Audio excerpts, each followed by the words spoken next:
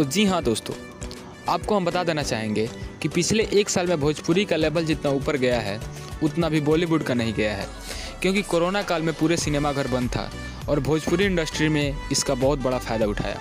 जी हाँ गाइज, भोजपुरी के लगभग जितने भी सॉन्ग हैं वो सब यूट्यूब पे धमाल मचाए हैं। इस बार यूट्यूब के ट्रेंडिंग सेक्शन में केवल भोजपुरी ही गया था, बॉलीवुड का कोई नामो निशान नहीं था। जी हाँ गाइज, अब हम बताने वाले हैं खेसारी लाल के एक ऐसा सॉन्ग के अपडेट के बारे में जो कि यूट्यूब को हिला के रख देने वाला है। जी हाँ गाइज, आप सही सुन रहे हैं।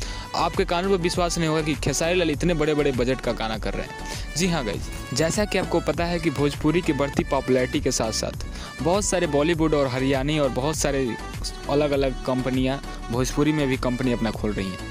जी हाँ गाइज, वैसे में बहुत सारे चैनल हैं, जैसे कि आपको बता दें स्पीड रिकॉर्ड, जो कि पंजाबी चैनल पर इस समय कम ध्यान दे रहे हैं लेकिन भोजपुरी पर ज़्यादा दे रहे हैं। इसके पीछे का कारण केवल एक ही है, भोजपुरी में गाने बनाने में कम पैसे लगते हैं और पैसा उनसे भी ज़्यादा कमाती है। जी हाँ गाइज, तो क्यों कोई जाए पैसा फंसाने, तो इसलिए भोजपुरी पर ज़्यादा काम चल रहा है। ऐसी बहुत सी ऐसी कंपनियां हैं जो कि बॉलीवुड पे कम और भोजपुरी पे ज़्यादा ध्यान दे रही हैं।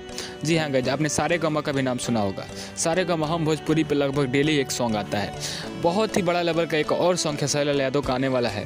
किस चैनल से आने वाला है अभी अनाउंस नहीं हुआ है, लेकिन आपने थंबनेल देखा होगा तो आपको पता ही चल गया होगा कि किस लेवल का सॉन्ग होने वाला है।